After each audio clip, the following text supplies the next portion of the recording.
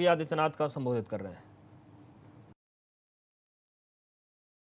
और pick and choose की बजाय हम एक पॉलिसी बना करके एक समय सीमा के अंदर इन समस्याओं के समाधान का कार्य करें। और आज का ये संवाद वैश्विक महामारी कोरोना के कालखंड में जो तमाम प्रकार की चिंताएं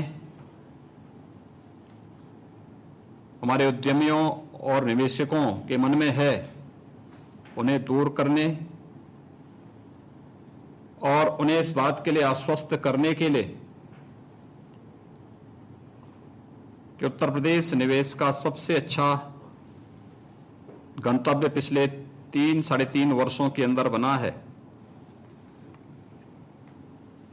उत्तर प्रदेश के परसेप्शन के बारे में देश और दुनिया में जो वर्तमान का संदेश है यह बहुत स्पष्ट है और आप में से अधिकतर जिन्होंने उत्तर प्रदेश में निवेश किया है या निवेश करने के इच्छुक हैं उस वातावरण से अच्छी तरह विज्ञ भी हैं। उत्तर प्रदेश की जब हम बात करते हैं तो वास्तव में केवल एक सामान्य राज्य नहीं है, देश की तीसरी सबसे बड़ी अर्थव्यवस्था के साथ ही जो राष्ट्रीय कुल सकल घरेलू उत्पाद है उसमें 8% का योगदान उत्तर प्रदेश वर्तमान में कर रहा है।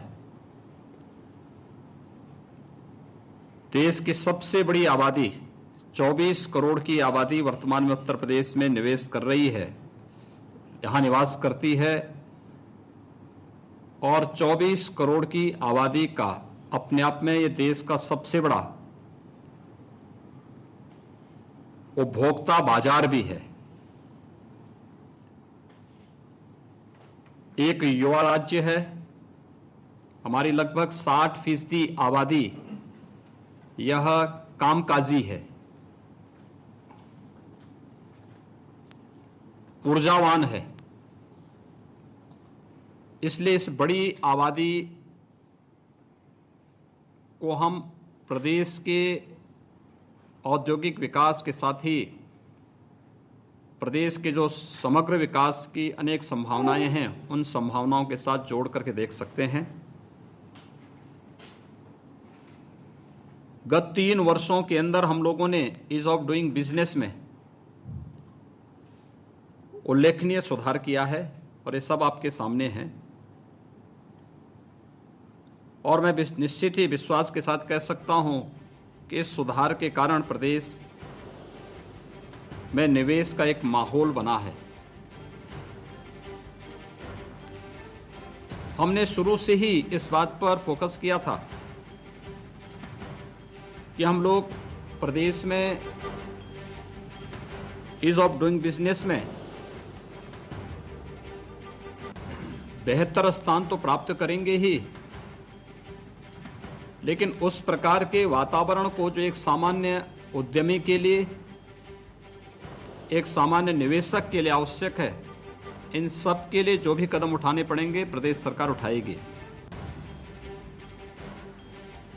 मैं मानता हूं उत्तर प्रदेश की इस उपलब्धि के लिए और खास तौर पर मात्र 3 वर्ष में जो उपलब्धि उत्तर प्रदेश के साथ जुड़ी है, बहुत सारे लोगों को आश्चर्य भी हो रहा होगा, लेकिन हम लोग पहले दिन से इस बारे में कहते थे कि उत्तर प्रदेश इसको अचीव करेगा। और उत्तर प्रदेश के हमारे जो उद्यमी हैं, जो निवेशक हैं, उनके साथ ही जो एक टीम वर्क शासन का, प्रशासन का, हमारी फील्ड की यूनिट का, इन सब ने मिलकर के जो एक प्रयास प्रारंभ किया वह इस दिशा में सफलता के नए आयाम को छूता हुआ दिखाई दिया है।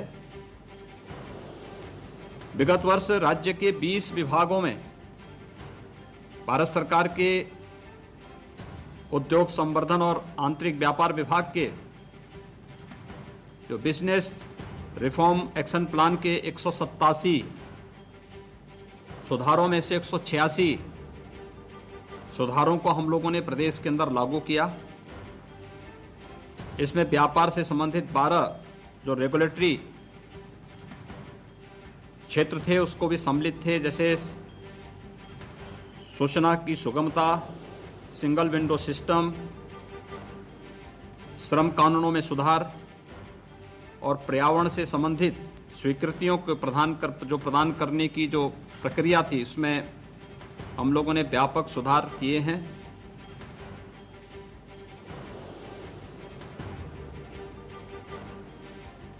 राज्य का जो निवेश मित्र पोर्टल है, जो भारत का सबसे बड़ा digital single window clearance platform में से एक है, इस पोर्टल के माध्यम से 98% उच्च समाधान दर और 94% स्वीकृतियां हमारे निवेश मित्र पोर्टल के माध्यम से ही हम लोगों ने जारी की हैं। निवेश मित्र का शुभारंभ आदरणीय प्रधानमंत्री जी ने उत्तर प्रदेश इन्वेस्टर समिट के दौरान 2018 में किया था। 18 में केवल 69 सेवाएं प्रारंभ में इसमें थीं, आज 146 ऑनलाइन सेवाएं इसमें प्रदान की जा रही हैं और 66 अन्य सेवाएं पाइपलाइन में, जिन्हें हम इसके साथ जोड़ रहे हैं। आदरणीय प्रधानमंत्री जी के आत्मनिर्भर भारत बनाने के विजन को वास्तविकता में परिवर्तित करने के लिए उत्तर प्रदेश निरंतर प्रयासरत है। हम उत्तर प्रदेश में औद्योगिकीकरण का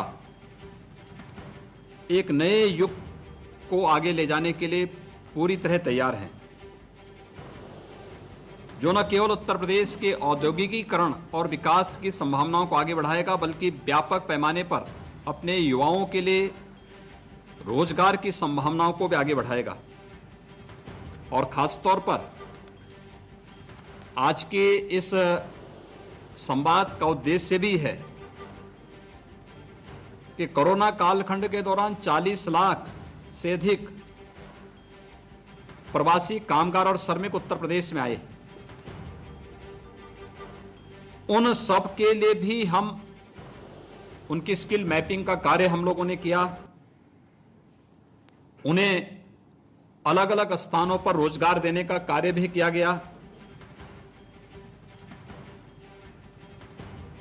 कैसे हम आने वाले समय में अपनी इस अपार ऊर्जा के स्रोत को अपने यहां रोक करके उत्तर प्रदेश के विकास के साथ उसे जोड़ सकें, इस दिशा में भी एक व्यापक कार्य योजना हम लोगों ने प्रदेश के अंदर तैयार की है। मुझे आप सबको बताते हुए प्रसन्नता है कि राज्य में जो मैन्युफैक्चरिंग केंद्रों की सुविधा के लिए विश्व स्तरीय बुनियादी ढांचे और त्वरित कनेक्टिविटी के विकास को भी हम लोगों ने सुनिश्चित किया है। लखनऊ से आजमगढ़ गाजीपुर होते हुए वाराणसी तक पूर्वांचल एक्सप्रेसवे जो 340 किलोमीटर लंबा वर्तमान में निर्माणाधीन है। चित्रकूट से आगरा लखनऊ एक्सप्रेसवे तक और दिल्ली तक की कनेक्टिविटी के लिए बुंदेलखंड एक्सप्रेसवे के निर्माण की प्रक्रिया को हमने तेजी के साथ आगे बढ़ाया है। इसके अतिरिक्त पूर्वांचल एक्सप्रेसवे आजमगढ़ से गोरखपुर की कनेक्टिविटी के लिए गोरखपुर लिंक एक्सप्रेसवे के निर्माण का कार्य भी युद्ध स्तर पर चल रहा है और एनसीआर रीजन को प्रयागराज और वाराणसी तथा चित्रकूट के साथ जोड़ने के लिए गंगा एक्सप्रेसवे 600 किलोमीटर से अधिक लंबा एक गंगा एक्सप्रेसवे के कार्य की प्रक्रिया को भी हम लोगों ने तेजी के साथ आगे बढ़ाया है। प्रदेश में जेवर में बनने वाला एशिया का सबसे बड़ा एयरपोर्ट जेवर एयरपोर्ट गौतम बुद्ध नगर उत्तर प्रदेश में, ये इसकी प्रक्रिया तेजी के साथ आगे बढ़ रही है। इसके साथ ही कुशीनगर में भी एक नए अंतर्राष्ट्रीय हवाई अड्डे की निर्माण की कार्रवाई अंतिम चरणों में चल रही है। क्षेत्रीय कनेक्टिविटी की दृष्टि से प्रदेश में आगरा, हिंडन, कानपुर, बरेली समेत हम लोगों ने 25 घरेलू हवाई अड्डे के विकसित करने की कार्रवाई को भी तेजी के साथ आगे बढ़ाया है। मेरा मानना है कि राज्य में निवेश सुगमता और राज्य सरकार द्वारा निवेशकों के साथ निरंतर संपर्क के फलस्वरूप एक नए विश्वास की वृद्धि हुई है। नई औद्योगिक निवेश और रोजगार प्रोत्साहन नीति 2017 के साथ 20 से अधिक विशिष्ट क्षेत्र जो निवेशोन्मुख नीतियों के पारदर्शी क्रियान्वयन से राज्य सरकार रोजगार सृजन के लिए निवेश और मेक इन यूपी को बढ़ावा दे रही है। उद्योगों को निर्बाध विद्युत आपूर्ति सुनिश्चित करने के लिए राज्य सरकार ने कई बड़े कदम उठाए हैं। अपराध के प्रति राज्य सरकार की जीरो टॉलरेंस की नीति से उत्तर प्रदेश में सुरक्षा और कानून व्यवस्था की स्थिति में व्यापक सकारात्मक परिवर्तन हुआ है। हमारे निवेशक, सहभागियों और उद्यमियों के हित में राज्य सरकार ने एक स्पेशल सिक्योरिटी फोर्स के गठन की प्रक्रिया को भी आगे बढ़ाया है। निवेशकों की सुविधा के लिए विभिन्न विभागों में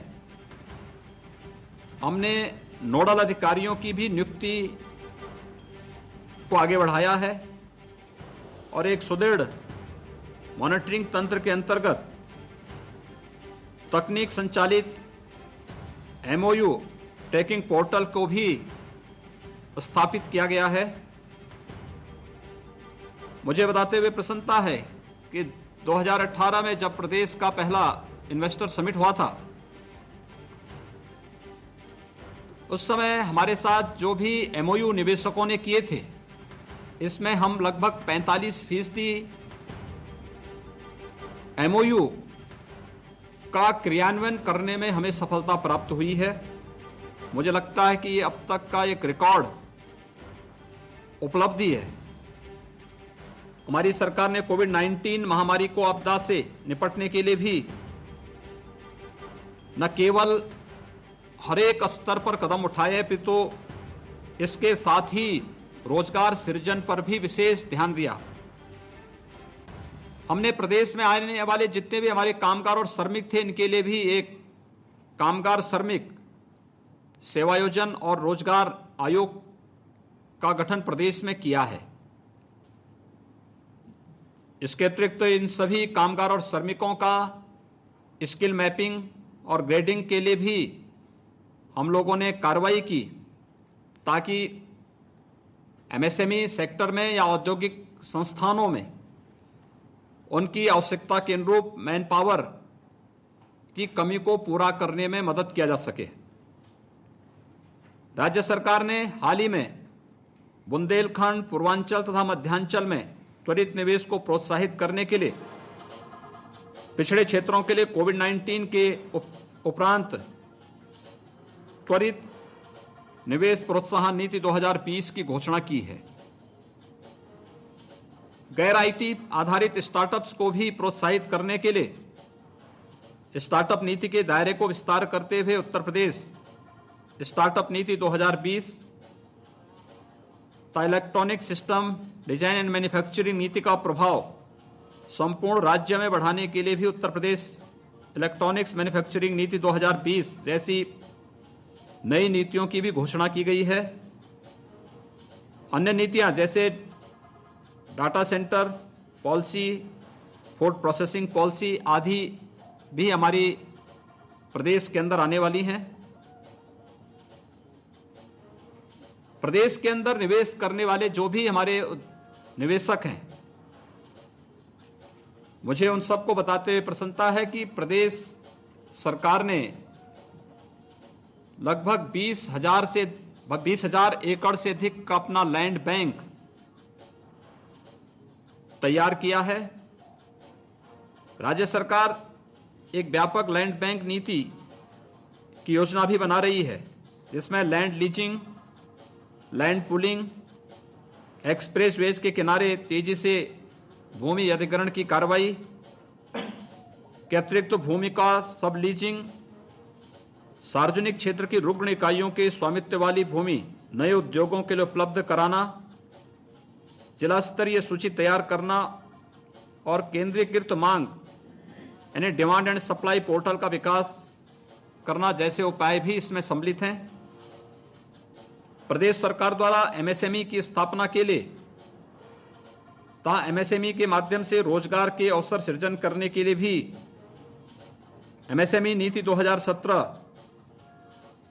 जो हमने पहले लागू की थी, इसमें भी व्यापक सुधार करते हुए हम लोग एक नई नीति हमारी सामने आई है और जिसके अंतर्गत हम लोगों ने ये तय किया है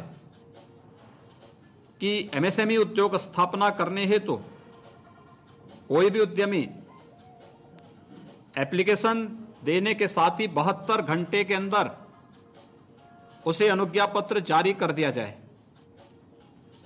प्रदेश सरकार द्वारा भारत सरकार द्वारा घोषित किए गए आत्मनिर्भर पैकेज के अंतर्गत बैंकों से लगातार अनुश्रवण कर पूर्व से संचालित इकाइयों को अतिरिक्त ऋण देने की योजना में प्रदेश में लक्षित लगभग 15,000 करोड़ रुपए के लक्ष्य के सापेक्ष 10,400 करोड़ रुपए का ऋण स्वीकृत एवं वितरण प्रदेश में किया जा चुका है।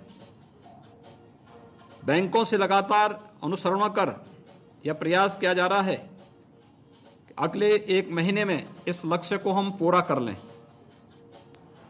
इसके अतिरिक्त बैंकों से ऐसे उद्यमी संस्थानों की भी सूची ली जा रही है जिन्होंने बैंकों से प्राप्त सूचना के अनुसार। और यहाँ पर वक्त एक छोटे से ब्रेक का है। ब्रेक के बाद मूक बधिर समाचार।